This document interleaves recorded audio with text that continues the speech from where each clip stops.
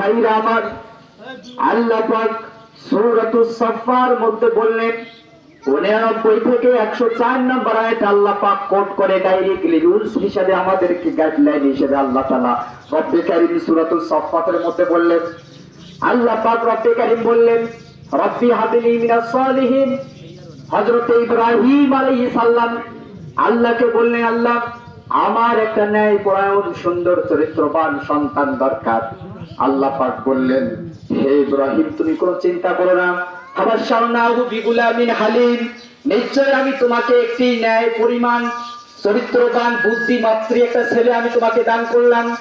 আল্লাহ পাক সঙ্গে সঙ্গে ইসমাঈল আলাইহিস সালামকে আল্লাহ পাক পৃথিবীতে নাযিল করলেন, পৃথিবীতে প্রেরণ করলেন।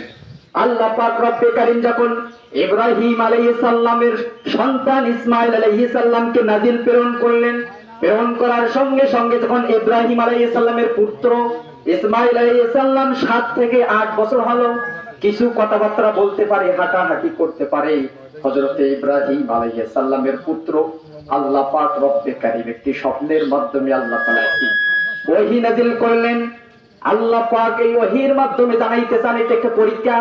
আল্লাহ পাক বললেন, ইন্না হাযা উলাইকা লাফি দালালিম মুবিন, নিশ্চয় আমি আমার বান্দাদেরকে পরীক্ষা করতে থাকি।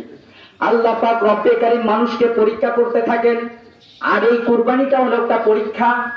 আপনি লক্ষ লক্ষ টাকা দিয়ে আপনি কিনছেন, কিন্তু আপনার উদ্দেশ্য আল্লাহর উদ্দেশ্য নয়, আপনার উদ্দেশ্য আল্লাহর উদ্দেশ্য নয়। এইজন্য আপনার উদ্দেশ্য থাকতে হবে কুরবানি আল্লাহর রাজি খুশি করার জন্য। আল্লাহ পাক বললেন এটা আমার পরীক্ষা। আর যারা পরীক্ষায় সফল কাম হবে আল্লাহ পাক বললেন তার জন্য পুরস্কার রয়েছে।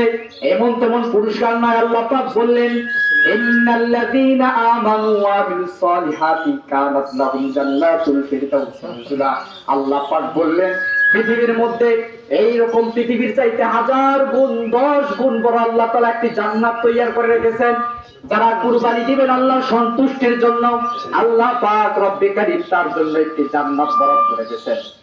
তারপরে আল্লাহ পাক স্বপ্নের মাধ্যমে দেখাইলেন হযরত ইসমাঈল আলাইহিস সালামকে আল্লাহ কুরবানির আদেশ হয়েছে। হযরত ইব্রাহিম আলাইহিস সালাম তার সন্তানকে ডাক দিলেন, সন্তান ফালাইয়া বুনাইয়া, হে আমার সন্তান। সন্তানকে যখন ডাক দিল, সন্তান দৌড়ে এসে বাবাকে বলল, বাবা কি হয়েছে বলো।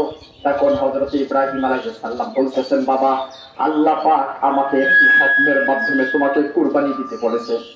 হযরত ইসমাঈল আলাইহিস সালামের কি চিন্তা ফিকির ছিল, আমাদের মতন সমাজে যদি কোনো সন্তানকে যদি আমরা বলি তোমাকে কুরবানি দেওয়া হবে, আমার তো মনে হয় ১ সেকেন্ড ৩ সেকেন্ডের মধ্যে পালাতে বাধ্য হবে।